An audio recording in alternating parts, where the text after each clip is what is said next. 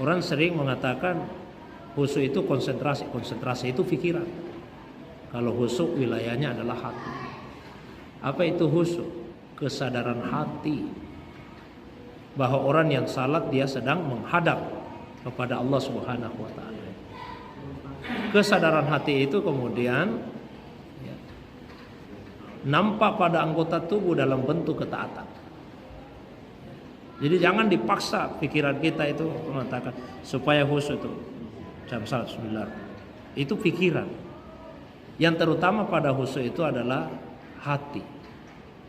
Sadar saya ini sedang menghadap kepada Allah Subhanahu wa taala. Ketika hati kita full kesadarannya, maka pikiran akan mengikut ke situ. Anggota tubuh kita semua akan mengikut ke sana.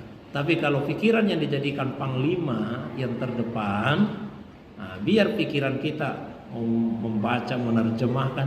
Tapi kalau hati kita sendiri tidak dalam keadaan sadar bahwa kita ini menghadap kepada Allah Subhanahu wa taala, maka sulit bagi kita untuk khusyuk dalam tingkatan yang tinggi dalam salat. Saya katakan tingkatan tinggi karena khusyuk itu bertingkat-tingkat. Tapi yang paling minimal sadar saya ini sedang menghadap kepada Allah SWT. Saya berikan contoh supaya untuk memudahkan ini tentang pikiran dan hati. Ada jamaah yang pernah bertanya, Ustaz, saya itu tidak senang salat di masjid situ. Kenapa? Nah, itu Pak Imamnya kalau salat suka baca Quran besar. Silakan Quran besar. Maksudnya Pak yang bukan di juz amma kan? Sama. Saya tidak hafal yang dibaca, tidak tahu juga artinya. Jadi saya tidak bisa khusyuk karena pikiran yang dia mau bawa.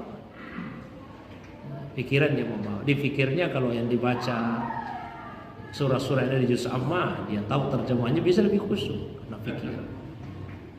Padahal sebetulnya sekalipun kita tidak tahu terjemahannya, kalau hati sadar, yang dibaca imam itu kalamnya Allah. Kalamnya Allah. Mau kita paham, kita tidak paham, kalau sadar ini kalam Allah, maka yang muncul di hati apa? Ta'zim, pengagungan terhadap apa yang dibaca oleh imam tersebut. Saya pernah mengilustrasikan, ada seorang ibu buta huruf, tidak bisa membaca. Terima surat dari anaknya dibawa Pak Pos sebelum maraknya sekarang WA, masih pakai surat lewat pos. Kemudian dibukalah surat itu oleh si ibu, langsung menangis. Pak Pos yang mengantar surat tanya, kenapa menangis bu? Apa isinya surat itu? Saya juga tidak tahu. Karena dia buta huruf. Terus kenapa menangis?